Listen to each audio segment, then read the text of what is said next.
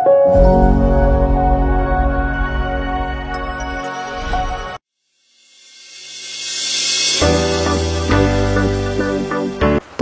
పన్నుకి నొప్పి వస్తుందని చెప్పేసి జందుబాం పెట్టడం కానీ, జిందాతెలిస్మా పూయడం కానీ, లేదా మూవ్ ఆయింట్మెంట్ పెట్టడం కానీ, కాపడం పెట్టడం కానీ, అల్లం పేస్ట్ లాంటిది ఆ పుచ్చిపోయిన పంటలో పెట్టడం కానీ ఇలాంటివి మీరు ఎప్పుడైనా చేశారా? సో చేస్తే ఈ వీడియో మీకోసమే. Hi, this is doctor Sravanthi, your dental expert. So చాలా మంది పేషెంట్స్ నా దగ్గరికి వస్తున్నారండి.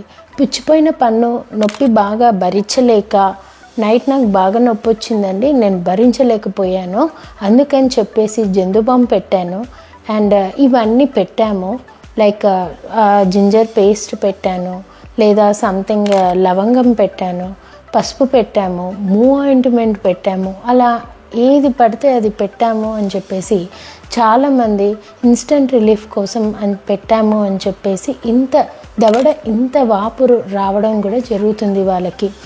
సో నేను కేస్ హిస్టరీ తీసుకునేటప్పుడు ఎప్పుడూ లేనిది ఇప్పుడు ఎందుకు సడన్గా వచ్చిందండి, ఇన్ని రోజులు మీకు వాపు లేదు, సడన్గా ఎందుకు వచ్చింది అంటే అప్పుడు హిస్టరీ చెప్పడం స్టార్ట్ చేస్తారు పేషెంట్. లేదమ్మా, నాకు కొద్దిగా నొప్పి వచ్చింది, కాకపోతే ఆ నొప్పి తగ్గడానికి అని చెప్పేసి ఇవి పెట్టుకొని వచ్చాను అని చెప్తారు. అప్పటికే వాళ్ళకి ఇంకా భరించలేని నొప్పితో సఫర్ అయ్యి ఏడ్చి వాపు రావడం, అక్కడ ఇంత ఉబ్బిపోయి ఉండడం కూడా, పన్ను ఊగడం కూడా మొదలు అవుతుంది. సో కొన్ని ఆయింట్మెంట్స్ మెయిన్గా మెడికేషన్స్ ప్రిపేర్ అయ్యేవి కొన్ని నొప్పులకి మాత్రమే, అన్నిటికీ పంటికి యూజ్ చేయకూడదు.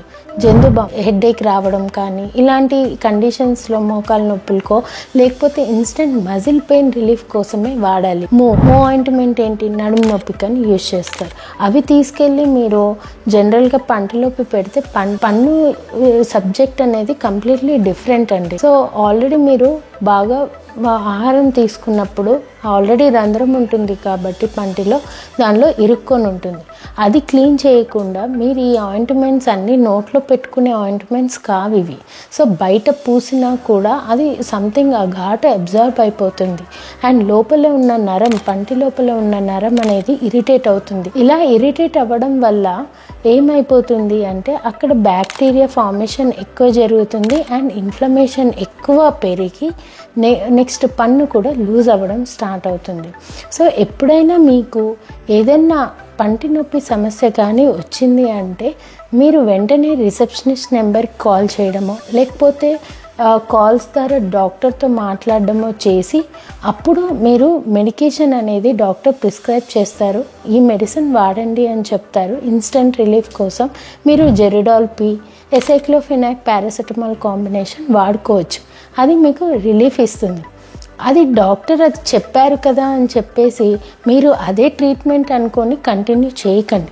అది జస్ట్ ఆ టైం వరకు మీరు ఆ పెయిన్ నుంచి ఎస్కేప్ అవ్వడం కోసమే. అండ్ నెక్స్ట్ ఆ నైట్ తర్వాత మార్నింగ్ డాక్టర్ దగ్గరికి వచ్చి ఫస్ట్ డెంటిస్ట్ మీకు స్కాన్ చేస్తారు. సో ఏంటి ఆ ట్రీట్మెంట్, మీకు చుట్టూతో బోన్ ఏమన్నా అరిగిపోయి ఉందా, పన్ను ఎంతవరకు ఇన్ఫెక్ట్ అయ్యి ఉంది అని. అప్పుడు అది క్లీన్ చేసి ఫిల్లింగ్ చేయడమా లేదు అంటే రూట్ కెనాల్ ట్రీట్మెంట్ చేసి దానికి క్యాప్ పెట్టడమా జరుగుతుంది.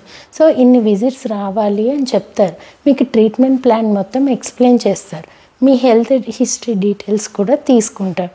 ఇలా మనం ఆ పంటి నొప్పిని అనేది ట్రీట్మెంట్ చేయించుకోవాలి. అంతేకాని సరే డాక్టర్కి కాల్ చేశాను, నాకు మెడిసిన్స్ చెప్పారు కదా అని చెప్పేసి నాకు నొప్పి తగ్గలేదనే 1 అవర్లో 2-3 మెడిసిన్స్ వేసుకునే వాళ్ళు కూడా ఉన్నారు. సో ఇలా చేయకూడదు.